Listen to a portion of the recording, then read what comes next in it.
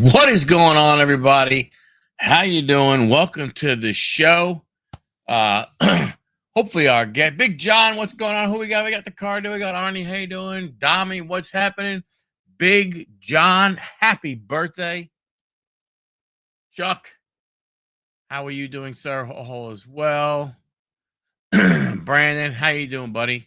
Nice to have you. Nice to have you. Reached out to my guest again. Hopefully he will get here. Not sure if he just wasn't sure of maybe maybe he's in a different time zone. We'll see. I want to send him another message. But today, we got a big release day. Bowman's Best today. A lot of breaks going on, a lot of channels live, ripping, release day, big thing going on and everything, So definitely have that happening. With the free agent stuff still going on in baseball, teams trying to figure out what's going on. We don't know what is happening with, Sasaki. He should be making his decision anytime soon. I mean, honestly, really, really hoping that it's sorry, Brandon, but I really hope Lockin, how you doing? Really hoping it's not the Dodgers. Sorry, Brandon. Brandon. Hopefully it's, hopefully it's San Diego or maybe, Toronto. Although if it's Toronto, and they might not be willing to give up or let, Vladdy Guerrero go. And I don't know. It's just, it's a tough thing going on. So, we'll have to, we'll have, we'll have to go ahead and see. Like I said, hey,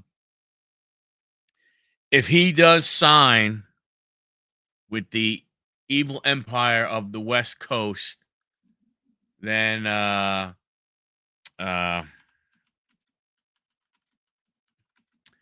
they're going to be one hell of a team to try and be. I guess they're going to have the first ever 8-man rotation.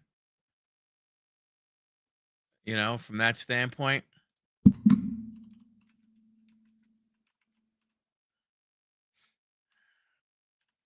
From that standpoint, from there, we'll see what happens. Like I said, for me, excuse me, because you got to figure, he's 23 years old. Yamamoto is 26 years old. I understand some of their other guys are older, but man, that's a good base to go ahead and have for the next, 5 or 6 years or even more. If you add, with Yamamoto and him, and if Ohtani can pitch a little bit also, I mean, holy cow. Yeah, I mean, 8-man rotation. I mean, look how many friggin' guys you got, I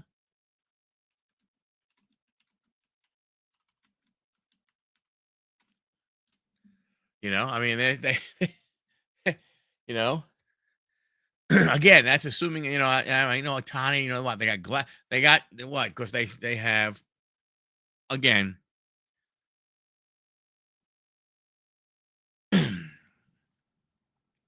I don't know if the Yankees have better pitching, Dom. I mean, I think the Yankees only have 2. I think Seattle, I mean, Seattle would still have the best 5. I think they're going to lose one. I think Luis Castillo is going to go. I think his contract is too likable for teams to not try and trade for him. He's not getting a lot of money. Over the next couple of years, he's still fairly young, so I could go ahead and see him being on the line, but that still would give them a good 4, good 5. So I think Seattle definitely would be number 1. Philly, again, they have 2 really good ones and then some, decent ones. The Yankees have 2 good ones. If you're going to say, if you're going to count, Max Fried and Cole, I mean, Rodon is nothing, super special, and Marcus Stroman, So we'll see. I mean, those teams do have good pitching staffs. Hancock is between you when you got to figure. When you're looking at Seattle, you got Hancock. You have what's the other guy? Oh my goodness gracious! You have Brent Wu. You have Bryce Miller. You have Kirby. So they are, you know, excuse me. They got a good staff there. They got a good staff there. That's why I'm going to be honest with you. A team like Seattle, I'm surprised didn't make more of a play for a Pete. Ladies and gentlemen, welcome our guest, Frank's Card Shop. How you doing, Frank? Hey, Michael, I'm good. How are you? Doing great, sir. Thank you for being here tonight. It is much appreciated. Of course. Thanks for having me. Very, very good. We were just talking about the pitching in baseball of how it's really gonna suck if Sasaki goes to the Dodgers. Yeah, I mean, Unless you're a Dodgers fan. no, I'm a Phillies fan, so I know we were definitely trying to get him, but apparently he didn't even want to have a meeting. It seems like all those guys coming from Japan want to stay on the West Coast to be close, which I understand. But I mean, the Dodgers, what more could they need at this point? Yeah, I was saying, I'm hoping it's San Diego. But if it's the Dodgers, man, I mean, what are you gonna do? I mean, they're they're going to be Yeah, tough. I mean, especially if Otani's pitching too, it's going to be quite a show there. So Yeah, from that standpoint. So everybody, hey, welcome, Frank. Frank, tell us a little about yourself. Then we're gonna just go ahead and jump in. So just so you know, man, look, we just we talk the hobby, we talk sports, we talk buying, selling, all that kind of stuff.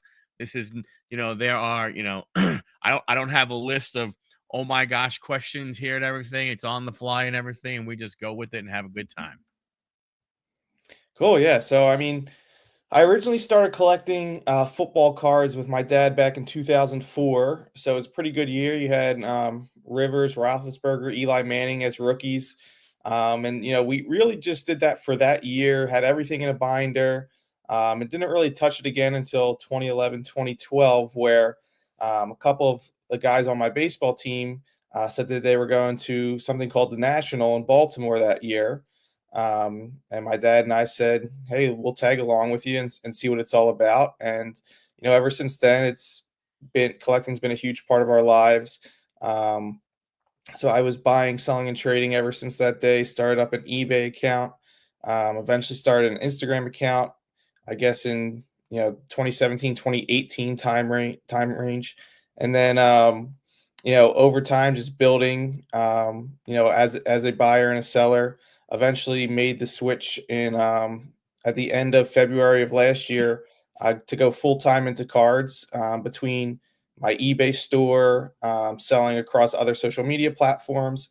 And then we also started the Brotherly Love Card Show, myself and my partner, Alex Delco Rips. We were on a show together in the Philly and South Jersey region. We just had our 10th show at Live Casino right next to the stadiums in Philly, Oh across from wow. the Philly Stadium. And we had about 1,200 people come out the Saturday after Christmas. So we're trying to lock 3 or 4 dates down for live this year. We've got a few more dates in South Jersey. So looking to continue growing that as well. Oh, nice. So, where'd the inspiration come to start your own card show? Were you a vendor? Obviously, you were going to card shows. Were you a vendor at other shows before you started this one? Yeah, so I originally met Alex as we were vending together. We would buy tables together and split it 50-50, that kind of thing. And in South Jersey, there was the Philly show, which is out in Valley Forge area 3 times a year, but that's an hour ride for me. And then there's a ton of shows in North Jersey that are an hour and a half to 2 hour drives every Mm. weekend. So I was like thinking to myself, like, there's definitely the demand for it here because I see how many people go to the Philly show and other, smaller local shows.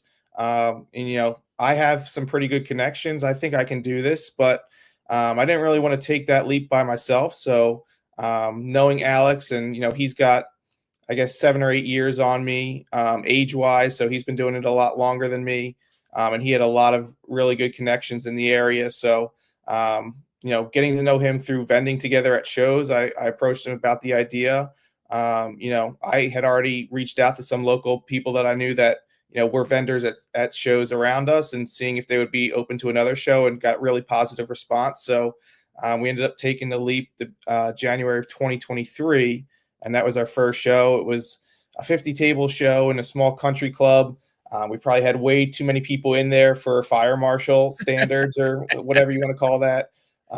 Wasn't that much room to move around because it really just blew us away. The parking lot was filled within an hour of the show opening. So, from that point on, we realized we had something special going, and, it's been growing ever since. Nice.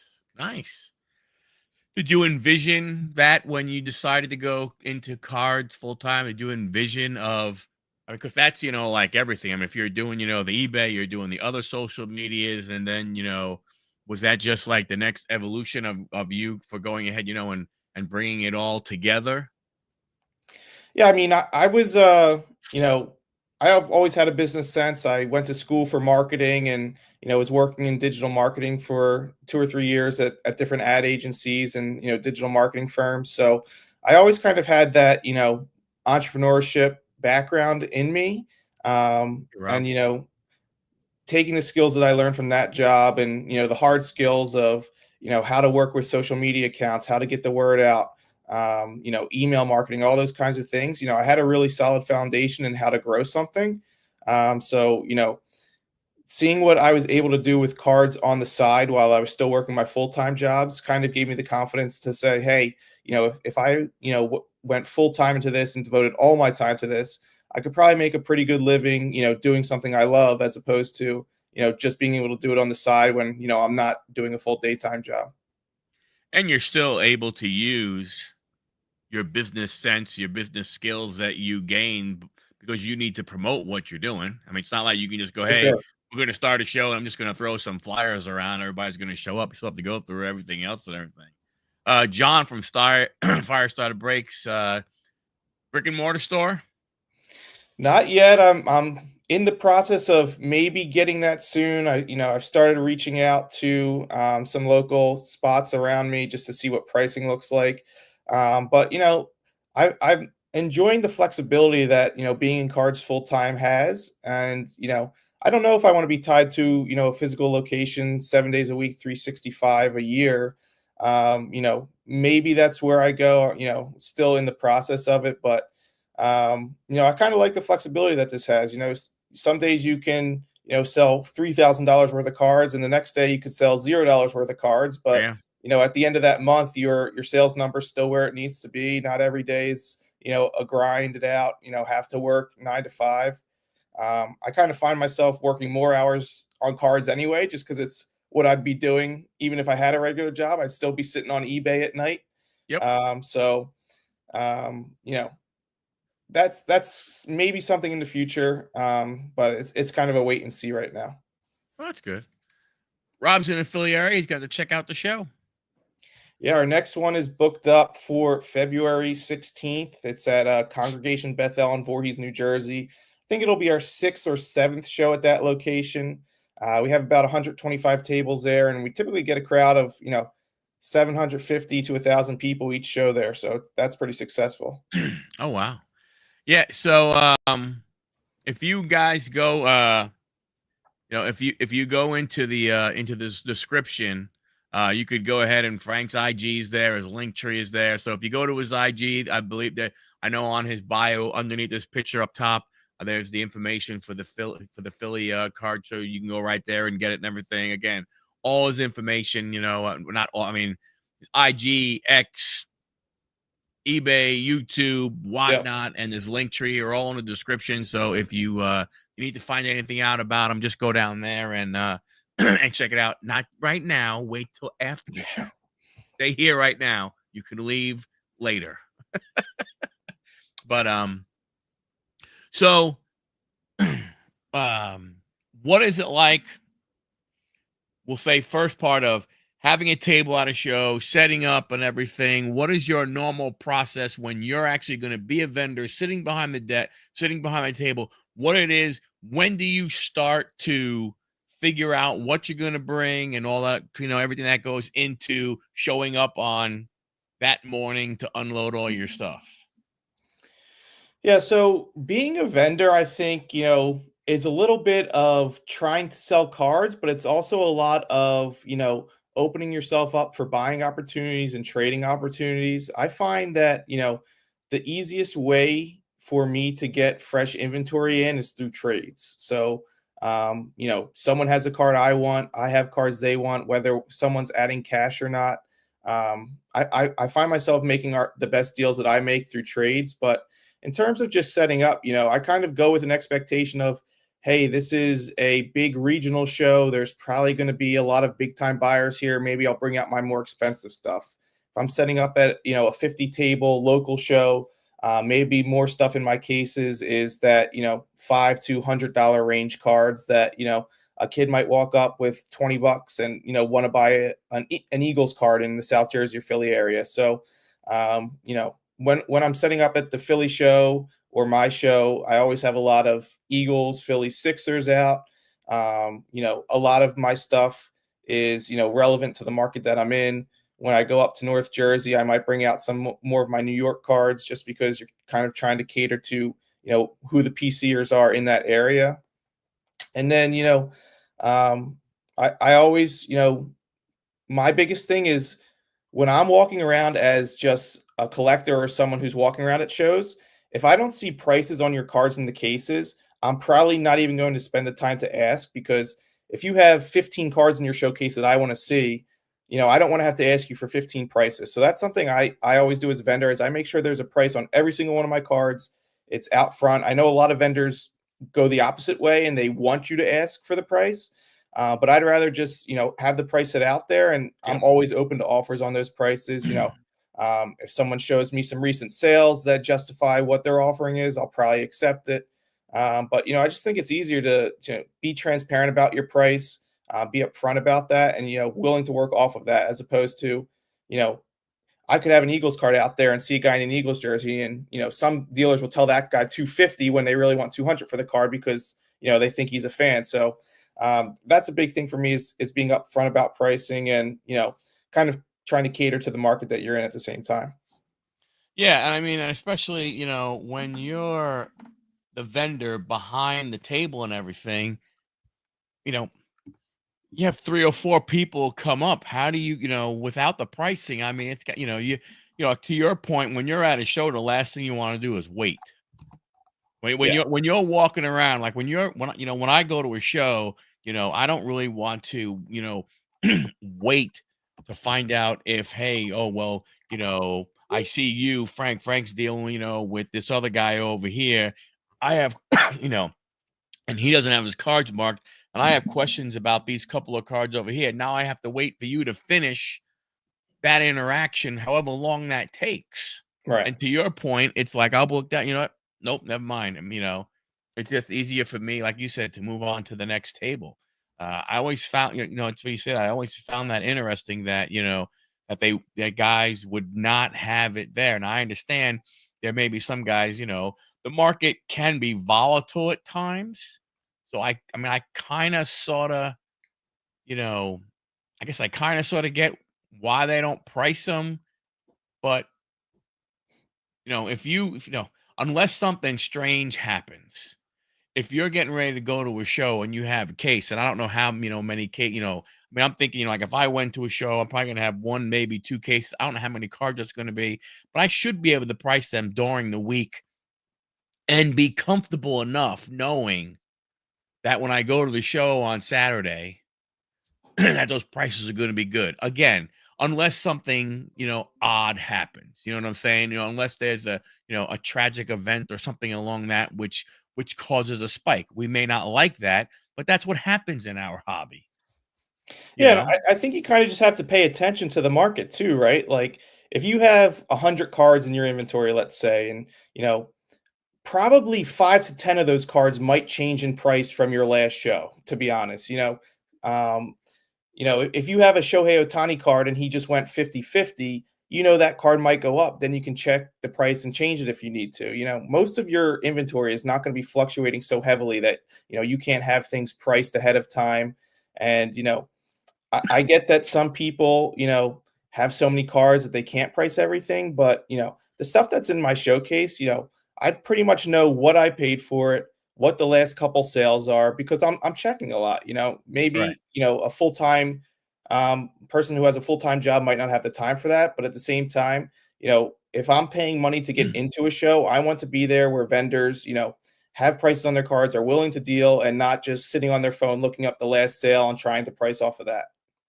Yeah, and you just to add on to that, to your point, if someone there has a regular, full-time 40, 50 hour a week job and stuff like that, I mean, the truth of the matter is his cards in his case are probably not changing as frequent as someone like you, Right. who is doing this and everything. John, you sell singles, also any boxes and packs? Yeah, so I'm probably a majority singles. Very rarely am I bringing boxes and packs to shows. I do go on TikTok and whatnot, live streams as a seller from time to time, and I will have packs and boxes for sale when I'm able to get them in. But I would say 90% of my business is dealing in singles, and that could be anywhere from your $2 cards that I sell on eBay and put in a plain white envelope, all the way up to cards that go for thousands of dollars. So no card is too big or too small. I mean, obviously there are some cards that are too big, but I just bought a 300 card lot for $100 on a Discord that was a bunch of veteran Prism Select Mosaic color, and someone who doesn't have the time won't take that on, but I'll run it through my scanner, get all 300 listed in 2 hours, and make $2 to $3 per card that I paid 25 to 30 cents per card for. And you're so you're a car dealer pro guy? I am. My show partner Alex is actually a VP of sales for them, so he got me started using it, and I actually went from, I think I was at 300 active listings in end of February last year when I first went full time, and I now sit over 3,000 active listings. Oh, Probably. Alex, the guy you see at the shows and the guy that you see in the videos? Yeah. He was on this show. Oh, cool. I didn't even know that. Very cool. So, are you in New Jersey? Yeah, I'm in Turnersville, New Jersey. About 20 minutes outside of Philly. There you go. Yeah. Car dealer pro. Yeah, I'm on the fence about getting it or not. Not because I don't think it will work, not because I don't have the inventory to do it. It's just I don't if I were to do it the way I have to do it, I'd have to increase my store, and I don't know if I'm ready for that part yet. Because for Yeah. the amount of scans that I would buy, I mean, I'd blow through that extremely quickly with my eBay store to be able to take full effect of it month after month after month. I'd have to get that, I'd have to get that number. Like, if if I were, to retire from having a full-time job and said, hey, you know what? I'm going to do this in my spare, in my time now. So it'd be like going from one full-time job to another full-time job, Yeah. but a very different full-time job, as as you say, because when you enjoy this, you don't feel like, you're working and stuff. I mean, when I'm sitting here, and I, have a stack of cards that I'm, working on, I don't, it never feels like work to me. Right. Even when I'm doing my shipping, it doesn't feel like work or anything, it just, it's stuff like that. But that's really more my reason. I mean, I have a scanner. I use it. I mean, I already bought the scanner. I have the scanner. I got an Epson one. I don't have the Rico or is it the Rico? No, Yeah. Rico's the new company, right? Rico is the one that is the auto feed, so it can go through lots of cards really Yeah. quickly. I also have the Epson flatbed, which I'm using for my slabs and my thick Mm. patch cards. But when you're using the Epson, you can really only fit 4 slabs at a time, maybe 6 top loads or one touches at a time. And I mean, you can try and squeeze 9 cards and penny sleeves on the Epson at a time, but it's really tough. And you Yeah. also have to scan front separately from the back. Whereas the Rico, as it goes through, it's automatically scanning that front and back at the same time.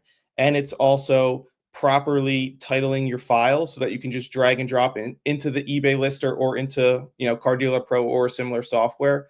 Yeah. So it does cut a lot of time off. I was lucky. I found my Rico on Facebook Marketplace for $250 when they Wow. normally run $1,000. So Yeah. that was a big help. But I mean, it's more than paid itself off in the amount of $1 to $20 cards I've been able to sell using it. Yeah. AJ, how you doing, buddy? Nice to have you. Thanks for stopping in. Yeah, I have the ES 400 too and everything, and yeah, on that one, I can do about 8 to 10, Yeah. penny sleeved cards at a time of paper. If I go chrome, the thick one, it's probably closer to 6 without it kind of, getting stuck or anything like that. But, Yeah. like I said, right now it's great for me because then, because I still can't, even though it's only 8 cards at a time. And I say, I take a stack and I do them all. And then I said, I wait and I let it do, I do 100 cards at a time or so, 50 cards, whatever the number may be, and go through. It's still quicker than, phone, picture, on a stand, boom. I mean, I still Yeah. couldn't do 50 cards as fast as with the scanner, from that standpoint. There. But we did have another question. Biggest card you bought and sold? That's a good question. I would say there's probably been 3 in the past year. One was Caitlin Clark, her Panini Instant rookie draft night autograph to 99. I Oh, think I wow. paid $1,500 for that and got $2,500 for that within like 2 weeks between buying and selling. Um, I Nice. just recently had Jalen Hurts downtown Black Pandora number to 25 PSA 10. That was I traded probably 5 or 6 slabs and some cash into it at a show in Bucks County, PA, and ended up selling that for around 22 to 23. And then I also had Bryce Harper definitive laundry tag 1/1 patch auto that I think I got $2,400 for at one of my shows in Voorhees. So it's been right around that 23 to 2,500 range is my biggest single ticket sale.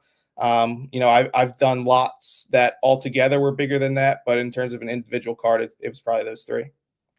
So, being a Philly guy, was it hard to sell that Hertz? I mean, the Hertz not as much because I bought the downtown knowing that I was able to trade out of some inventory that wasn't moving quickly for something that would move quickly. The one that really hurt was that Bryce Harper. I traded a bunch of Harpers into that Harper along with cash.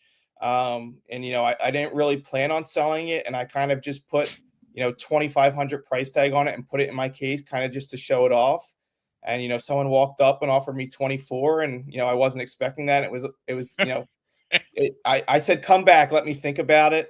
But I was happy I sold it when I did. And for cards like that, it's just cool to own for the time being. I have a PC of Eagles logo patches that I'm probably spending 50 to $100 a card on that I won't ever sell. Mhm. But other things like that, when it comes to that level of money, maybe one day I'll get to a point where I can PC, $2,500 cards. But it was cool to own it for the time being, and Right. happy to get the money out of it. After a little while of owning it. Yeah.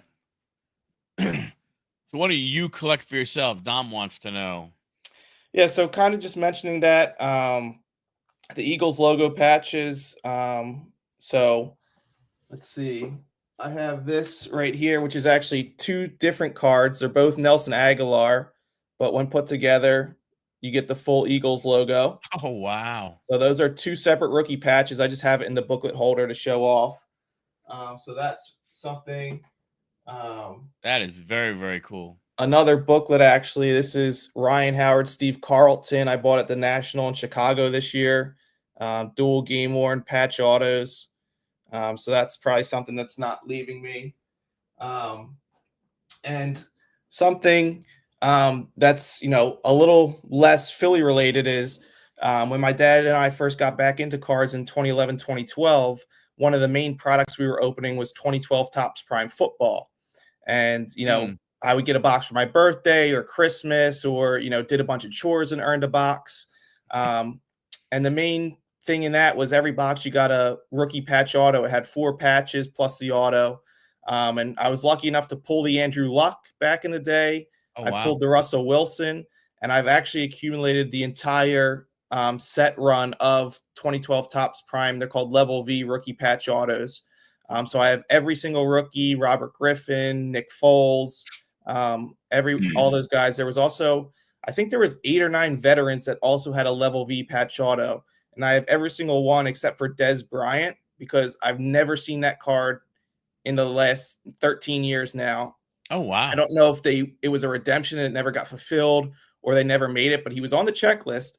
But I have every veteran except for him. So I technically have the full rookie set and the full veteran set that I know exists, because for the life of me, I've never seen that Des Bryant in a sold listing, on ComC. Anywhere I've looked, I've never seen that card. So I'm considering it that I have the full set, and that's something that'll never leave me either. Until you see the Des. When you see the Des, then you make a decision. Right. Yep, Brandon, glad you went ahead and took that recommendation. Yeah, the thermal printer for print and shipping labels, massive game changer to people. Even if you're a part-time seller, it's still worth it, especially with the prices that you could pay for them now on Amazon and stuff.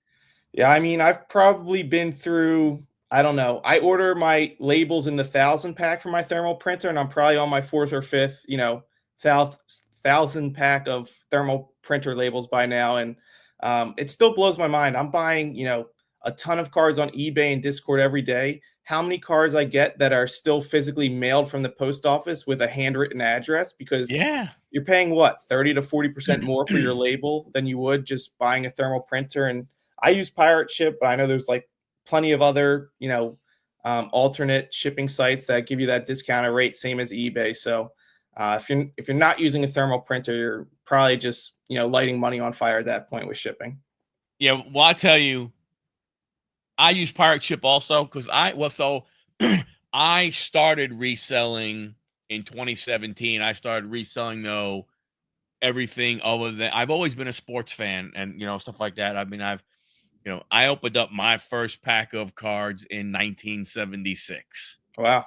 From that standpoint, and collected for a while, but I was more of a collector. Yeah, at that age, I'll be honest with you, never once did I think of value when I was a kid. I mean, I have 2 Walter Payton rookie cards that I personally pulled. I wish I would have known. Right. Now, when I've known then and everything, I probably would have kept better care of them, but I recently had them graded with SGC.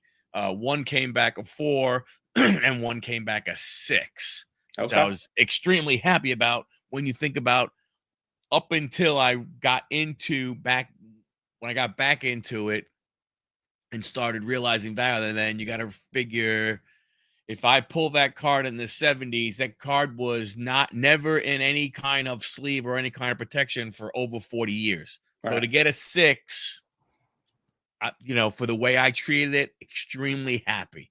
When that card moved from the house I lived in to the first house I bought, to the second house I moved to, all the way to where I am now, in Atlanta, in boxes and stuff stuff like that. So, very, happy along those lines. You were not 52 in 1976, you liar. So I never really thought of, the value and stuff along those lines.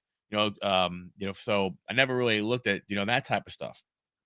But to get back to, so I started reselling everything and always used Pirate Ship with all my other stuff that I sold, on eBay and everything. So I'm very familiar with it.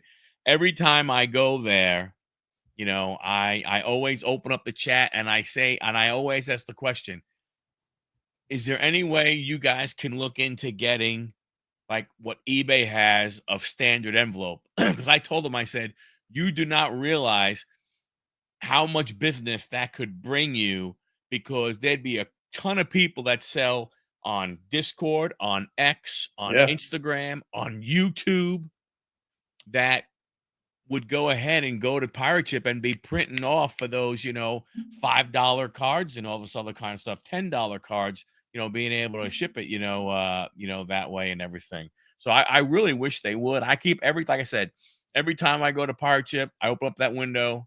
I actually have I have the OneNote, and I have I wrote up something and I copy and paste it in there and everything Yeah. every single time I go in, hoping one day they'll go, hey, you know what? We should probably look into this. Because at first they're like, no, no, no, we can't do it. It's an eBay only thing. And I said, that's not true. I said, buysportscards.com does it. I think there's a couple of sites that could offer it the same type of thing. I said, so you guys need to, look at that. So Brandon, what kind of scanner did you say you use? Yeah, I have that same V600. I think I got mine refurbished off Amazon. Maybe it was around 180. But the V600 is probably the best flatbed scanner you can get Yeah. for sports cards. And then um, I think I actually have the Fujitsu F1 8170. It looks like. So I guess I don't even have the Ricoh, but that's one of those auto feed scanners that you can use for getting those images of front and back pretty quickly. Yeah, it's the document stuff. John, we will get the friggin' football. Calm down, all right? For crying out loud. Go to UPS. You can get a case of them for free. I've heard about that. If you sign up for a UPS account, you sign up for a UPS account, and then you could actually get thermal labels, for free from there. Yeah, I think if you have an eBay store, there's a bunch of free resources you can get, free shipping resources you can get through an eBay store membership as well. Yeah. I mean, I do the same thing. I buy my thermal labels by the case. I don't know if case has what, 12 or I think it has, well, no, it has more. I think it has 15 rolls or something along those lines and everything. I have a zebra that I actually got. So I work in IT as my regular job, and we have a company that we deal with, and they refurbish and all this other kind of stuff. And they actually, they wound up giving me one and stuff like that. So I got mine at a great price, and I tell you, I would, I'd never go back. Yeah. Yes, I know, Dom. We are very, very pissed off about, Zach Wheeler. I agree. Saquon Barkley, I don't care. Don't really care about that kind of stuff. If you had the power to change one thing about the hobby as it sits today, what would that one thing be? That's a I deep would say, question. I didn't think we were going to get deep question. That's a deep question. yeah, I would say the biggest problem with the hobby right now is how attached people are to last comp or whatever the most recent comp is, especially with eBay. You always see that how poorly some cards are listed. You don't know whether that card's ending at 3 in the morning, 12 in the afternoon, or 10 p.m. at night. It's gotten to the point where people aren't even really fans of the cards that they're collecting or the sports that they're collecting. They're really just, going to Card Ladder or eBay, what's the last comp, and offering 85% of that or 80% of that. Right. I do a lot of buying on eBay. And I'm constantly getting things for way less than the last comp is on auction. I'm on eBay almost every night bidding. So I see just how fickle the comp situation can be, how quickly they can change, how one listing can go for 100, the next day it can go for 60. So I think we need to get back to more, buying a player because you think they're going to do good or because you have a special attraction to them, not just buying it because you think you can flip it really quick. When I was, started in 2012, I was buying Nick Foles cards because I was an Eagles fan. We needed a quarterback, and I thought he would be good. And when he threw 7 touchdowns against the Raiders a year or two later, I listed all my cards and, doubled my money on every Yep. single one. A lot of it was speculating of, this prospect I think is going to be good. I can buy his auto now for $5 and, it might be worth 150. In today's market, that prospect's card is coming out at, $300 right from when Bowman releases. So, the speculation has kind of gone. It's really just a numbers game at this point. And, I kind of wish we could get back to that, collecting because you think a player is going to be good, collecting because that's your team, or, you watch that guy in college, or, all those other reasons that we collect, as opposed to, just buying because you can get it for 80% of what the last one sold for. So do you do you prospect a lot? Do you prospect for, I mean, baseball? Are you looking at the Bowmans and stuff like that? Or, I mean, and not necessarily, I mean, at from a standpoint of actually, both from a collecting standpoint and then with the potential of reselling, you know, is that a normal thing that you will do, or is it you will prospect, like your teams or and all, or that standpoint, will you go deep and to Bowman, either Bowman you for football or basketball, or or Bowman for baseball? Will you go deep into that stuff at times? Yeah, I mean, I was definitely much more into the Bowman baseball prospecting, probably in, the 2014 to 2018 range.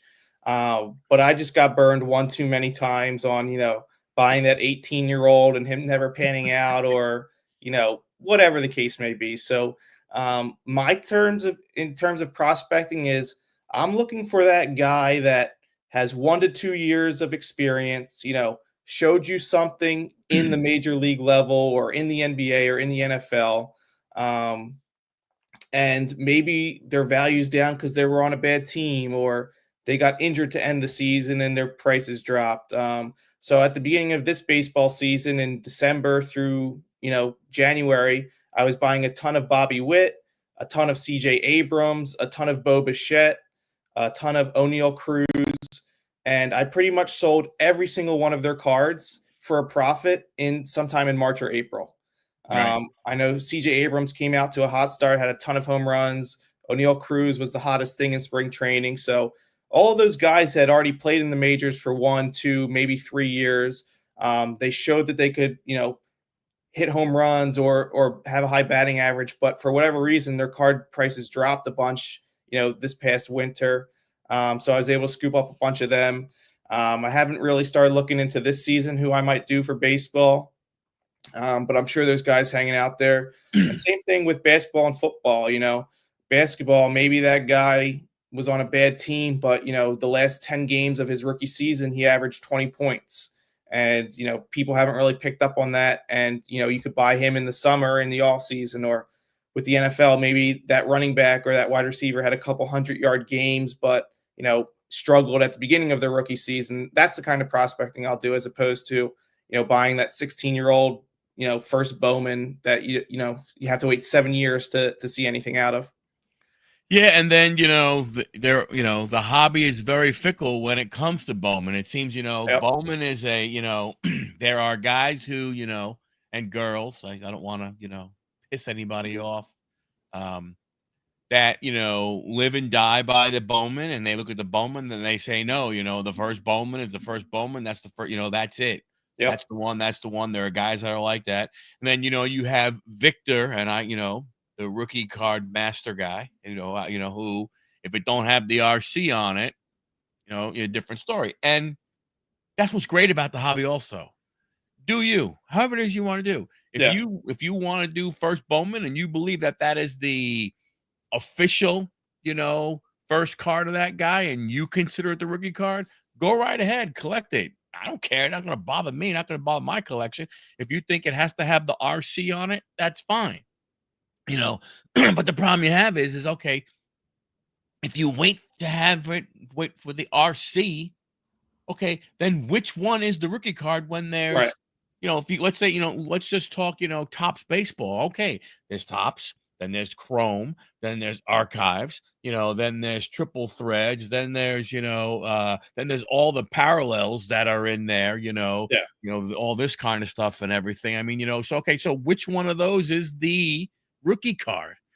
So it it's tough. And then to your point is some of these first Bowmans, they come out of the box and it's freaking ridiculous. Like the Yeah. bounty that was for Drew Jones was crazy. That was $250,000 that Dave and Adams, wanted for that card. And I hope the person who pulled it drove to Dave and Adams and said, "Here you go, give me, wire the money now," because not saying that but to your point, not saying that he might not be that good, but he hasn't shown it yet. Yeah. And why is his card that price? I mean, that's the part, if you go back to, the Brandon's thing about the one thing you could change is I would just like to see more realistic pricing in these cards, because some of them are absolutely, ridiculous.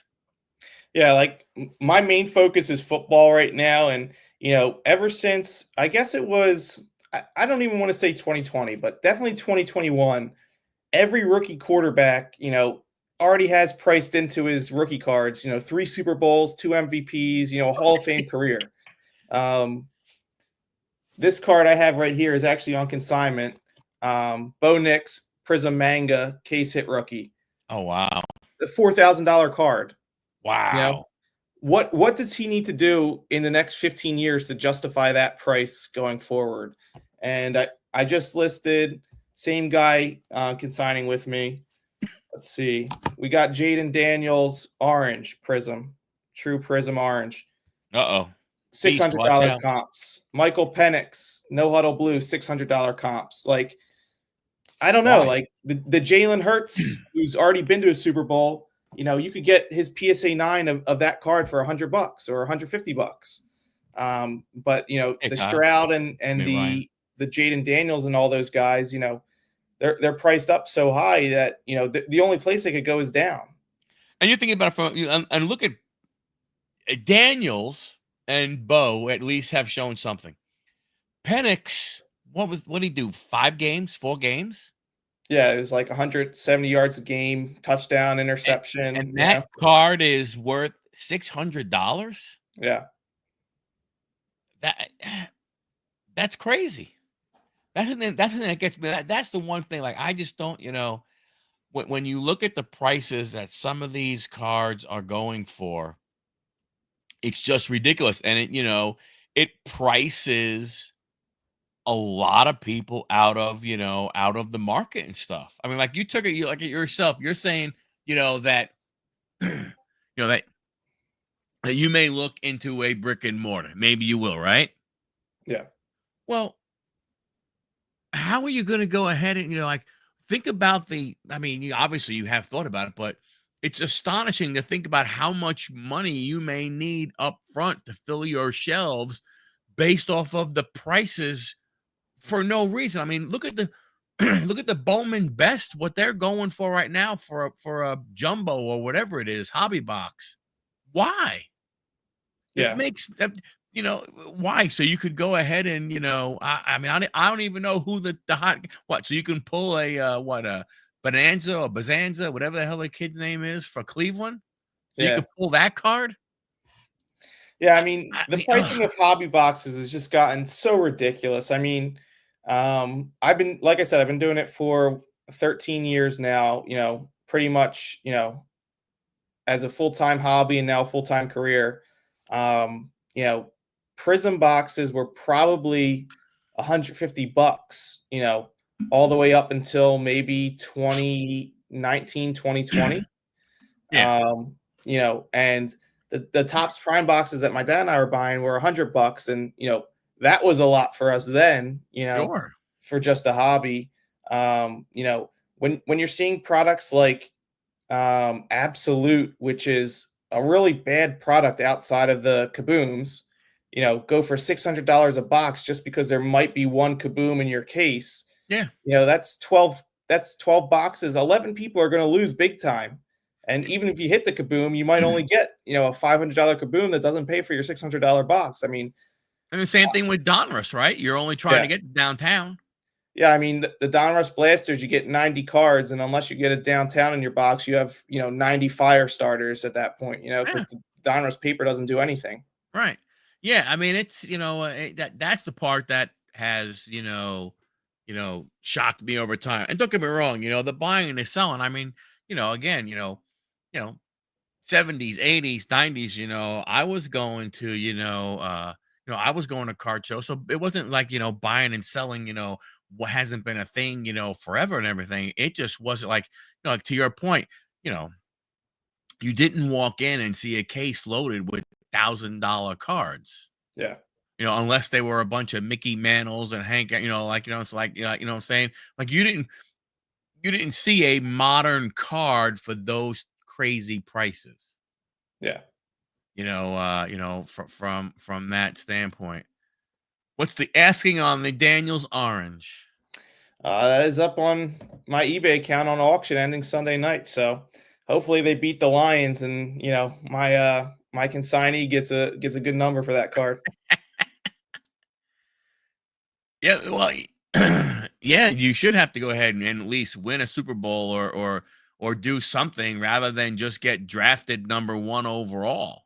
And then the way things are going now with the Panini getting the rights for autographs versus, I'm sorry, Fanatics getting the rights for the autographs for those guys, Yeah. and Panini not. So you can't get a Caleb Williams autograph on a licensed product, but you can get a Caleb Williams autograph in something else and everything, like with the Webinyama also, right? Yeah. So it's like, okay, I mean, that's whatever. not a foreign concept, right? Because as a Sixers fan, Ben Simmons was signed to Upper Deck exclusive in 2016, so he didn't have any rookie autographs in Panini. He was all just, Goodwin champions and stuff like that. I think they did the same thing with Markel Fultz. Maybe he might have been exclusive to Upper Deck, but that thing kind of has existed, and it just makes their non-auto parallels even that much more expensive. But what's shocked me the most is that the fact that the last 2 years you haven't had the top quarterback autographs in any product, yet the product prices have not gone down. True. So, I mean, your chance of hitting that rookie quarterback autograph that's going to pay for your box or double your box costs is almost non-existent, because at best you have, the third or fourth, maybe even fifth best quarterback is your top hit. I think Contenders football boxes might have dropped at like 500 last year. And, Anthony Richardson was obviously the big chase. You can get those boxes for $175 this year, because Contenders is a autograph driven product. And, if Anthony Richardson's your best hit, I mean, I don't even know if his autograph is paying for the box at $175 a box right now. Oh, I don't think it's anywhere close and stuff. Yeah. I mean, look, I'll watch a bunch of videos of guys ripping it, the ripping hobby boxes, the loot, well, when Loot Box TV, when those guys were doing it, all the Yeah. time and everything, and watching Gin and Juice just go ahead and friggin', taking getting kicked in the freaking nuts, 90% of the time and everything, buying a box for $1,200 and maybe pulling, $125 out of it, if they're lucky and everything. And it's almost like sometimes it just seems as though it's like even worse odds than the lottery.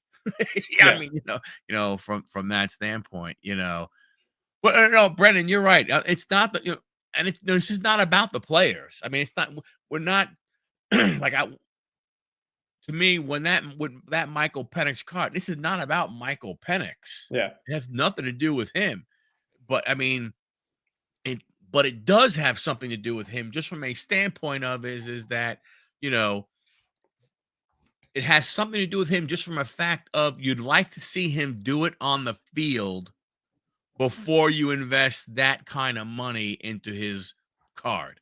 Now, again, it's not his fault that it starts there, but as someone who might, if I'm a fan of that team and I want that card, like, like with John Firestarter, right? He's a big, Washington fan. You know, Daniels is showing everything right now to be, he's on a right trajectory, let's say, from what he has shown, so far. Um, but the thing is that if he was, let's say, like a Michael Penix type one who only played 4 games, didn't make the playoffs, and his cards are still going for 6, 7, 800 or more, again, it's not his fault, but it's our fault. Right. Because we're letting that go ahead, and happen and stuff. It has created limbo because you're not sure. Like I was wondering, and I usually, I know you're more of a football guy than a basketball guy, right? Fair to say. I mean, football and basketball are my main two that I deal in, but it's probably mainly football. So let me ask you this though about basketball. So Victor Wembanyama, right?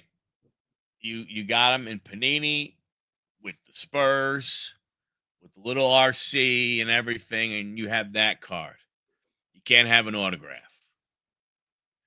Then you go to a Topps Chrome or basketball, and you could get his autograph in there, and those prices go, and he's wearing he's wearing a black tank top. Yeah. What do you think's going to happen to the value of those cards when Topps has the license, and then he could be in a licensed product showing the Spurs logo and everything, and then it has an autograph? Do you think the people that have shelled out a lot of those money, what do you think's what do you think's going to happen, or what could potentially happen? Well, not directly related to Wembanyama, right? But let's look back at this 2023 football class. Same thing. Stroud had no autographs. And we could say Richardson and Bryce Young, but Stroud was the main guy, right? So they started coming out with those Topps Now Stroud autograph cards, which were maybe you paid $500 for the guaranteed autograph, and you got different parallels based on the pack. And they were like rookie of the year themed or, anything like that. I thought that was going to be it. And that was going to be Stroud's, only rookie autos. And then in the summer, you started seeing Topps Composite, Topps Motif, all these other unlicensed products that Top was putting out just because they had these autograph licenses and they just needed to make their money back. So I had bought one of those Stroud Topps Now Rookie of the Year autographs numbered to 99, and I think I paid $600 and I sold it for $750 on eBay. So I made maybe $75 after fees, not even knowing that Topps had these plans to come out with all these other autograph products of him. If I had known that, I wouldn't have even touched the Topps Now one. So it's kind of the same thing with Wembanyama. How many products is Topps going to put out with his autograph on it unlicensed? And then how many products are they going to start pumping out with his autograph to sell their licensed basketball product in 2026? Obviously, we know everyone wants the card to be licensed. You had Leaf fighting that stigma for the last 25 years or however long Leaf's been around. I think Leaf makes extremely high quality cards in terms of the condition. Almost every Leaf card I've ever submitted to PSA has come back at 10. Every 2024 Prism card I looked over has had some form of dimples, scratches, print lines, bad corners. I know a guy who's probably spent $200,000 on Prism this year on singles. He just put in our Discord. He actually runs the Discord. It's Ryan's Cards LLC. I'm a member of his Discord. He went 2 out of 20 on top end Prism color for PSA 10s, 10% gem rate. Oh my goodness. So I mean, the condition of some of the unlicensed cards seems to be better than these people that have the licenses. So kind of a side tangent there, but I would say, I still think his Prism rookies, Prism silvers, Prism colors probably going to be what holds the most long-term value, just because that's the licensed rookie and Prism is king.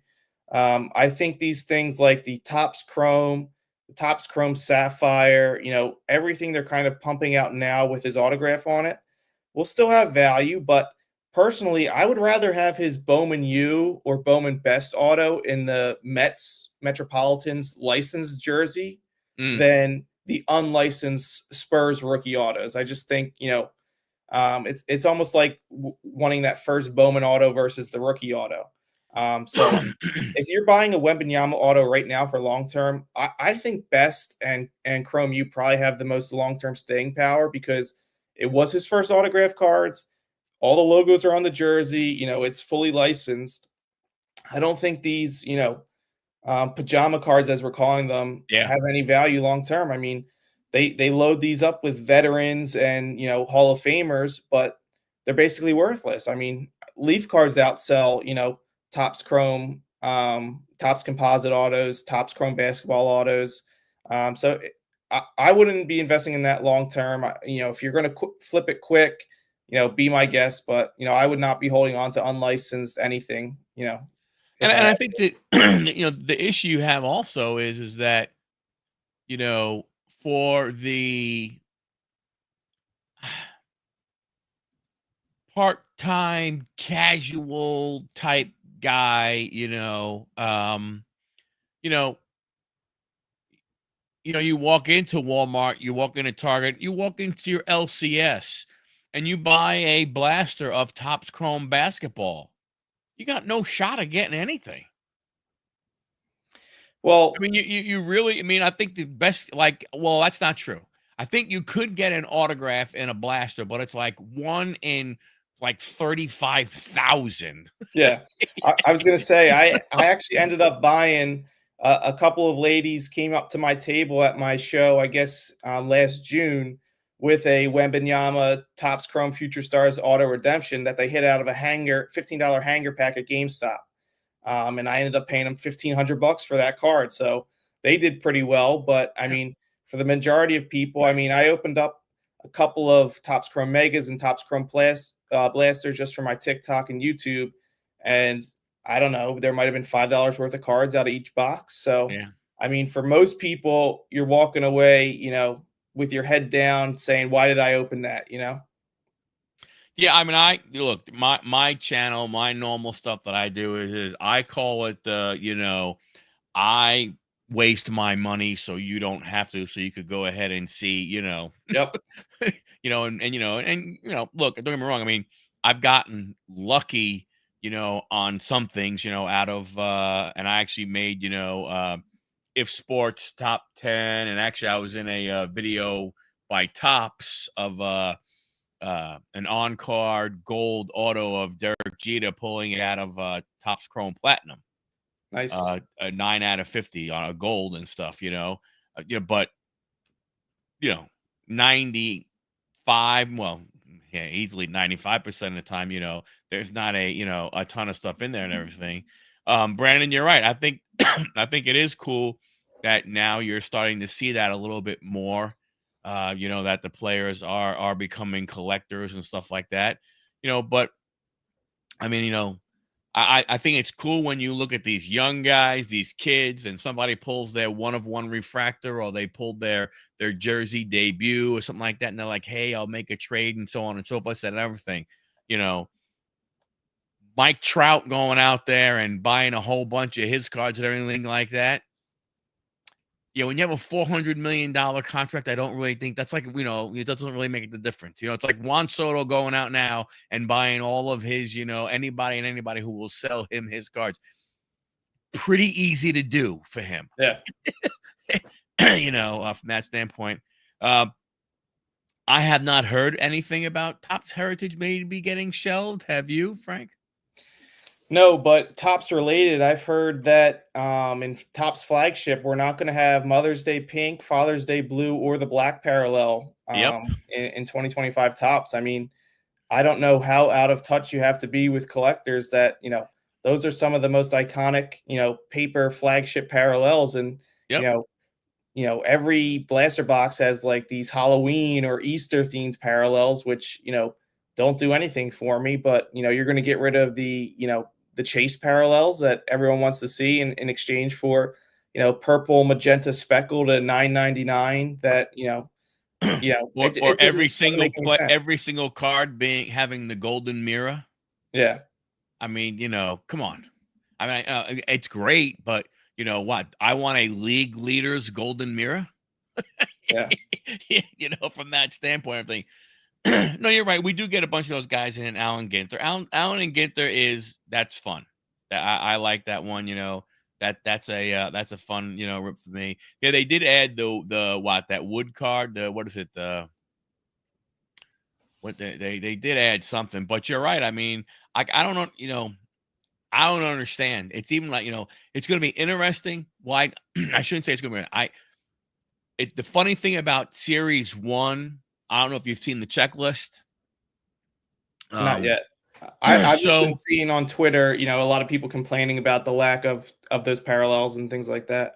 well, and so basically, in my opinion, in my humble opinion, Series 1 is going to sell because of the veteran autographs. Okay. Because I was looking through it, and I think Beckett might have it on theirs, or I saw it somewhere. They didn't have numbers as like what the number cards was, but they were listing a bunch of the cards. From a rookie perspective, Dylan Cruz, James Wood were probably the only two. I think they had. Well, that mean they had that Connor Norby from Miami, but I mean I don't know. I mean he's not up there, but so from a rookie perspective, if you're trying to prospect and you're trying to think, ooh, I want to get rookie cards, there'll be a lot of rookies that you could get out of there that you can get really, really cheap and hope they do well because they're, Woods. But again, that's all there was available to them, right? Because they took Merrill and Holiday, and Churio and all those other guys, and they made sure they got them into update series, last time. But I mean, they have, Barry Bonds has 2 autographs. He has an autograph as a Giant. I heard he's finally and an autograph as a Pirate. So they do have some good veteran autographs. To me, that's the chase. But still, if you're going to tell me that I'm going to pay $189 or $200 something for a hobby box, 1 auto, 1 relic, man. I mean, if you want Burt Blyleven's autograph, you just better. I mean, if you're a Burt Blyleven fan, you better just go buy it. Yeah. Rather than trying to think you're going to go ahead and hit it and stuff like that and everything. All fun and games. So someone says they pulled the 1 of 1 and someone else says me too. Yeah. Well, they've killed the whole 1 of 1 thing. That's a whole nother damn, joke from that standpoint. Players having 50 1 of 1 cards. I mean, stop. Yeah, I think along that lines, the overprinting of parallels is just the fact that, especially in football with the big time case hits, kabooms and downtowns, I mean, how many years are you going to put Patrick Mahomes and Joe Burrow and, what are we on, year 8 of Patrick Mahomes, year 9? So he's got his 9th year of kaboom out, his 9th downtown out. Joe Burrow's on his 5th kaboom in downtown. I mean, I know these cards have value because people like them and they're cool, but at what point do you say, okay, we're going to leave this really good player out of this set this year because we've put him in it the last, 10 years or whatever? I think that's a big problem too. Like, we don't need a new kaboom of the same guy every single year for the next 15 years. Well, I think, but but if they want to get away from that, then they have to figure out how to get people to value non-quarterbacks. Yeah.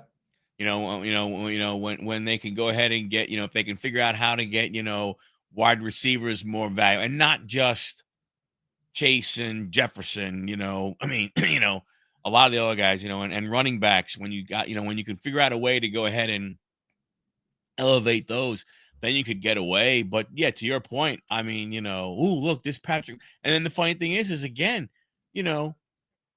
Patrick Mahomes kaboom this year, it still goes for like, good money and stuff. And to your point, it's like, okay, this, he's every single year he's there, but it doesn't make a difference.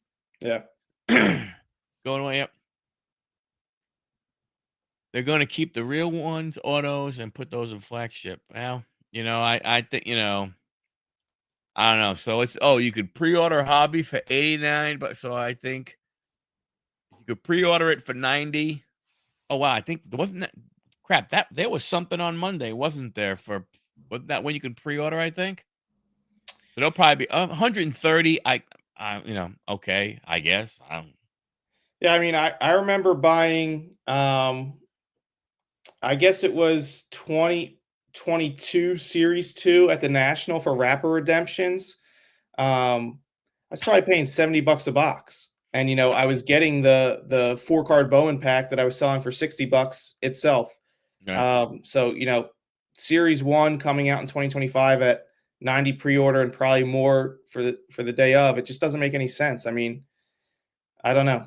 Like, and especially with the fact that, even the best paper rookie, what is $10 now? Like an LE paper rookie is maybe $5-10 at the max, unless you get a parallel. So, Yeah. I mean, even if you get the guys you're looking for, it's not going to produce anything in terms of real return. No, yeah. I mean, again, I didn't look. I mean, I don't know. I guess from a standpoint of it. So I think, for instance, um, Ricky Henderson. Rest in peace, Ricky. He has autographs in Top Series 1. Okay. So that'll be a chase. That'll be a card that that people probably want to have, because people are going to know, okay, hey, those are the last autographs that that Ricky signed. From that standpoint. So I can see that type of standpoint. But but overall, I mean, you know, t- it's kind of like to it making money in the hobby now on because it's so hard. If you're gonna be a ripper, if you're gonna try and go out and rip to make money, um, that's tough, you know. And it seems like on the secondary market, it's like you have to be willing to, you know, the only way you're gonna find that really, really good deal that you can turn around and swap right away, in most cases, either, barring something spectacular happening with that player, you have to find somebody that, doesn't know what they have, Yeah. and hope that you end up they have a red parallel that they didn't realize because it's not numbered, and they thought it was a base card, and you can do something along those lines, right? I mean, it's funny. I had that happen on on eBay. I didn't realize it was I had a Joe Burrow. It was a insert of Joe Burrow, and it was red. It was a red one, and I messed up big time.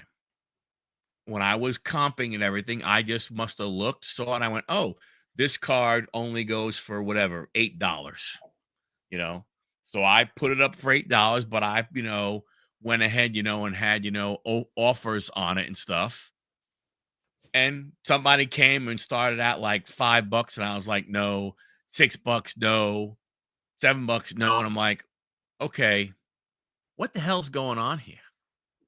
Well, I mean, like, what's happening and everything. And then it went like, like, oh, 705, and I'm like, okay, now there's something going on. So then I went and I researched, and I was like, oh, I screwed up big time.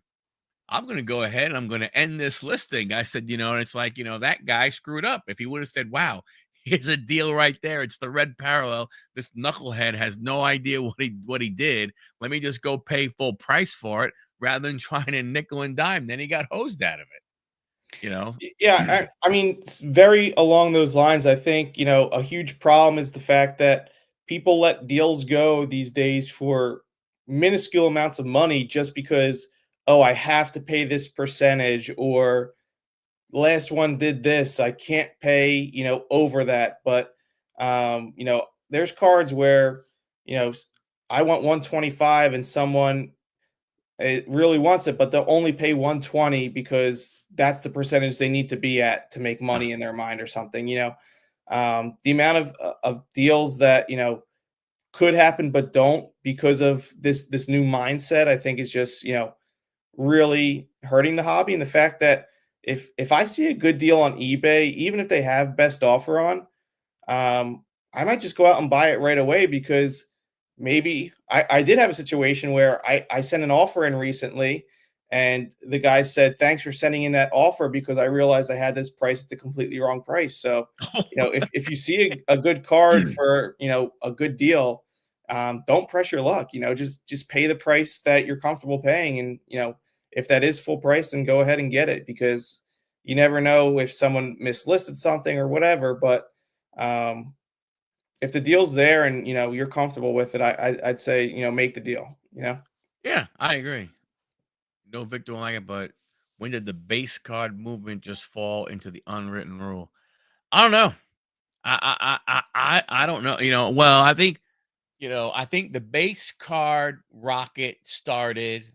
Let's face it, when we hit the pandemic and everything, that's when base cards, went bananas, and it started with Zion and Ja, right? Because those were like the two big ones right off the bat right there. That seemed to be when the base card and everybody was sending their base cards in the PSA to go ahead and get graded, Yep. because you either you couldn't leave your house, or when you left your house, you know, you went to Walmart to look for the boxes where you always went to, bam, they were gone. And then that started with the people stalking the MJ Holdings guy, Yep. waiting or girl, waiting for them to go ahead and, they knew when they were going to be there. And then they would, they'd buy out the thing quickly and run out to their car and follow them to the next Walmart, or Target or whatever it may be, and restock the shelves and empty that one. I mean, I think that's when a lot of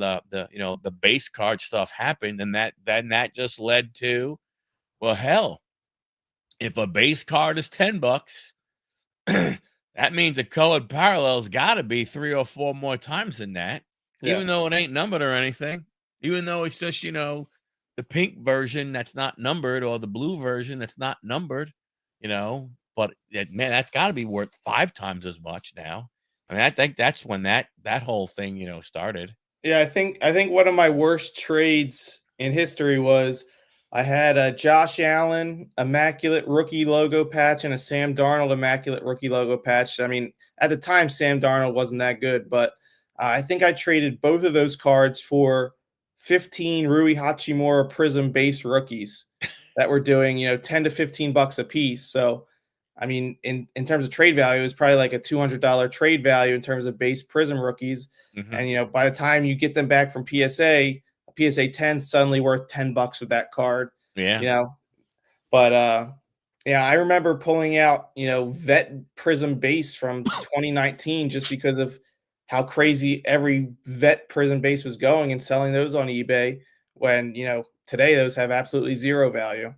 I mean, 2020, you found a box out, or you found a box of mosaic, a mega box, or a blaster, a friggin' hanger, whatever. I mean, you came home, you ripped it, you kept maybe whatever you want, and then you listed every other card. Yeah. You listed every single card in that box because you know people couldn't go ahead, and find them and everything. Not to forget about, has anyone noticed the odd parallels of the start of the cover? Boom, and right now. Yeah, I mean, it's the, look, parallels. They're nice. Some are cool. It's just more way to go ahead and sell more. That's how you're going to 10x the hobby. I got to throw Yeah. more parallels in because, man, this guy has 5 parallels, and I am insert player's name. I'm an insert player's name guy, and that's my guy, and he has these 5 parallels. I got to try and get him.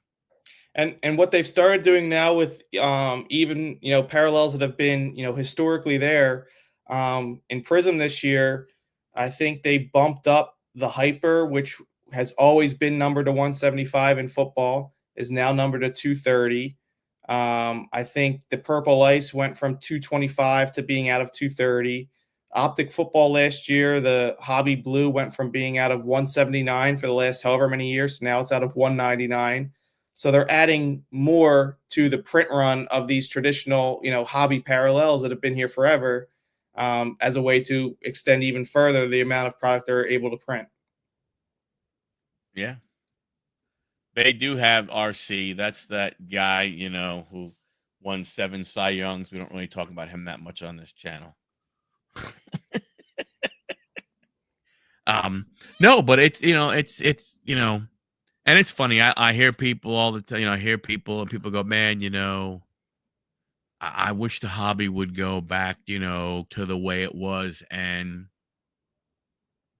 I just, I don't think you're gonna see that. There's still too many people, who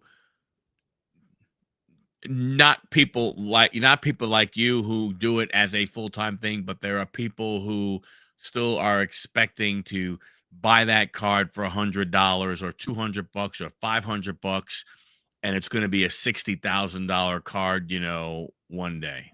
Yeah.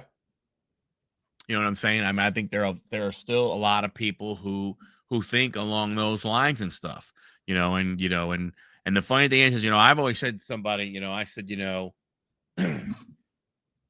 like, they was like, well, hey, if like when the Dylan Cruz thing was going on, like if you pulled that Dylan Cruz card, what would you do? I go, I would sell that crap as fast as I could. Yep. Like, what do you mean? I go, number one, I don't go ahead and I don't PC him. Number one, I'm not a fan of the team. Number two, and there's no way in hell. Well, I shouldn't say no way, but there's a very high percentage that he will not be as good as everybody thinks he's going to be, and that value will go up to what? Is that card going to go up to be? Is that $1 million card? Is that a the next Mickey Mantle type card? No. Yeah. So you know what? Take the money and go and run and everything like that. People were, like with Jackson Holiday, and people were, same type of thing. It's like, you know what? Man, go ahead. If you don't PC the guy and you hit one of these top cards, get rid of it. And I'll be honest with you, even if you PC the guy, if the number's right, you probably should consider going ahead and getting rid of it also. And even if you PC the guy, the odds are that you'll be able to rebuy that card, a year, 5 years later for way less than you're able to sell it for right now. So that's true. That is definitely true. Yeah, it's it's what makes the hobby frustrating to see that, type of stuff and everything. yeah. I'm not one, my son is a Mike Trout fan, so it's hard when we go to the national and we go to shows and everything. You know what? He's got to bring some cash with him, if he wants to go ahead and get, a couple of, either graded cards, short printed cards and everything. Right? Me, my third player, the guy that I always look for, that I find that is very, very difficult to find in people's cases is Fred Lynn. I'm a Fred Lynn fan. Right? So I can find the crap ton of Fred Lynn's in the dollar boxes. Right. You know what I'm saying? I mean, don't get me wrong. I mean, he has some cards out there that are expensive, but if you look at the dollar figure wise, right? There are a lot more less expensive cards of him than there are expensive, cards. I mean, look, one of ones are one of ones, and and the of fives and the of tens. I'm not talking about that type of stuff, but but from that standpoint, I mean, you can get a, I don't know, a to 25, graded a PSA 10 of his, depending on what card it is, for a couple $100 and everything. Where that's one card. There's going to be a whole bunch of those. So, right. If you, it's why it's like everybody, oh man, I'm an Ohtani guy. I'm going to buy Ohtani. Okay. And I'm going to be a Skeens guy. I'm going to buy Skeens and Skeens, or in football, I'm going to be a Burrow guy, or I'm going to be a Daniels guy, or I'm going to be a Bo Nix guy. Okay. Hopefully you have the money to be able to buy those cards. Yeah. And stuff like that. So it's, it like I said, the the hobby is the hobby. It's crazy the way it is. I wish there was, I wish there was a way to change certain things about it. But once you get the big companies like Fanatics in it, and they have a different type mindset, like to me it was, when they said 10x the hobby. Well, what do you mean? Are you 10xing your profits of the hobby? Are you 10xing the participation in the hobby? Yeah. 'Cause those are two very big different things, you know. And I think if you look at it, what it is right now, when you look at how you look at the amount of stuff that they print and the prices that they still get for it with the crazy numbers that they print, I don't think it was participation, Yeah. from that standpoint.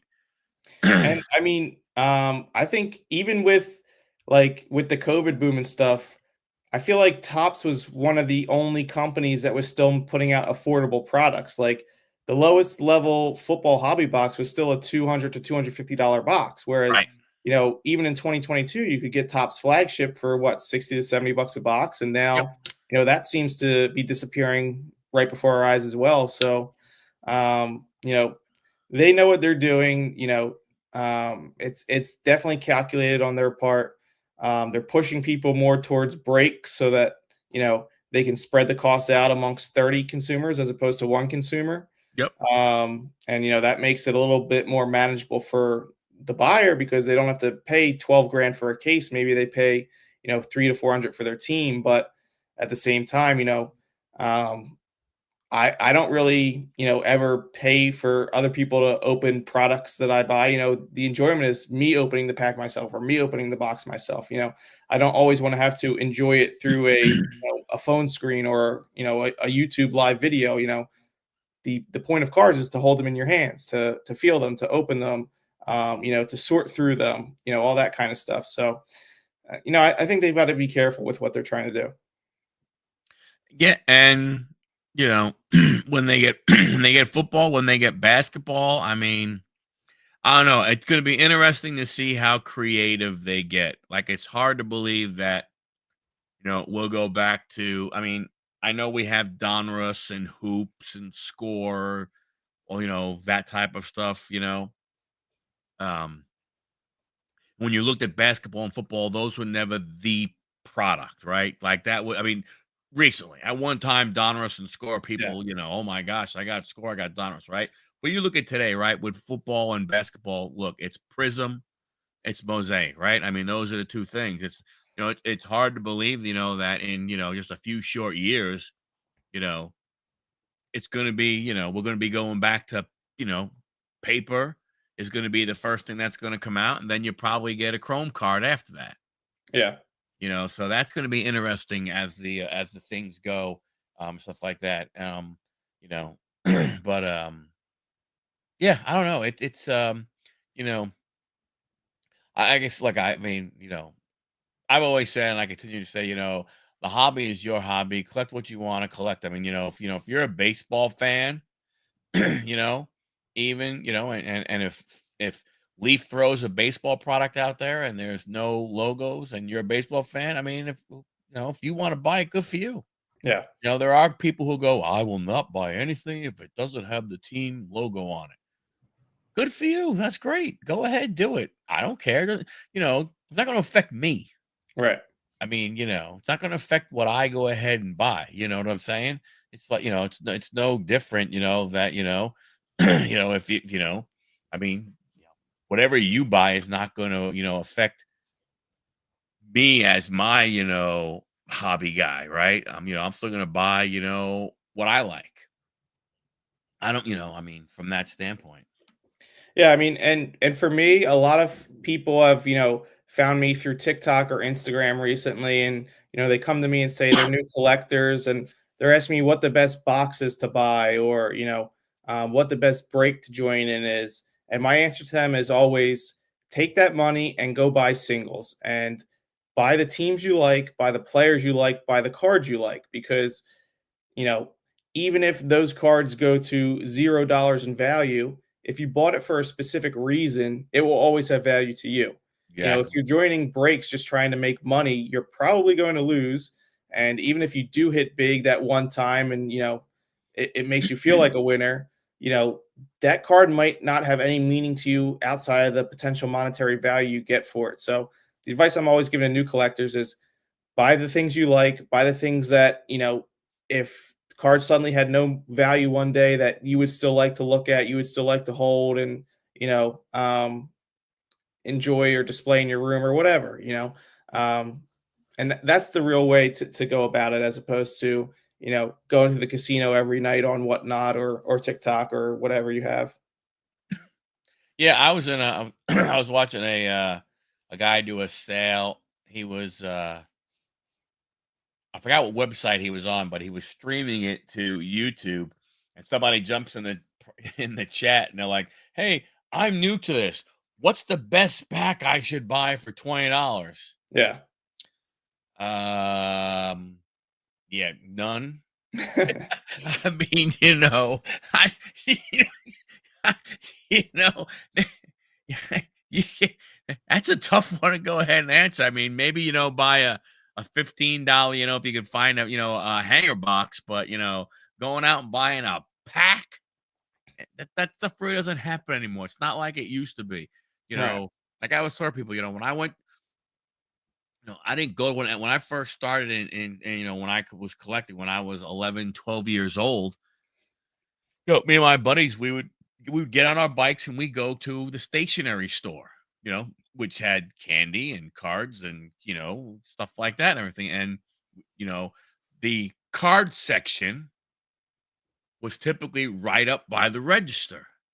They would either have the wax pack for like a quarter, or they'd have, the next upsize pack, which might be, I think, like, I don't know, 37 cents or 47 cents, and then they would have, a rack pack. And that was Right. basically your only choices and everything, and and people, that's why I let people go, oh, you believe people now, they squeeze the pack and they try and see what the card is. I go, that crap's been happening forever.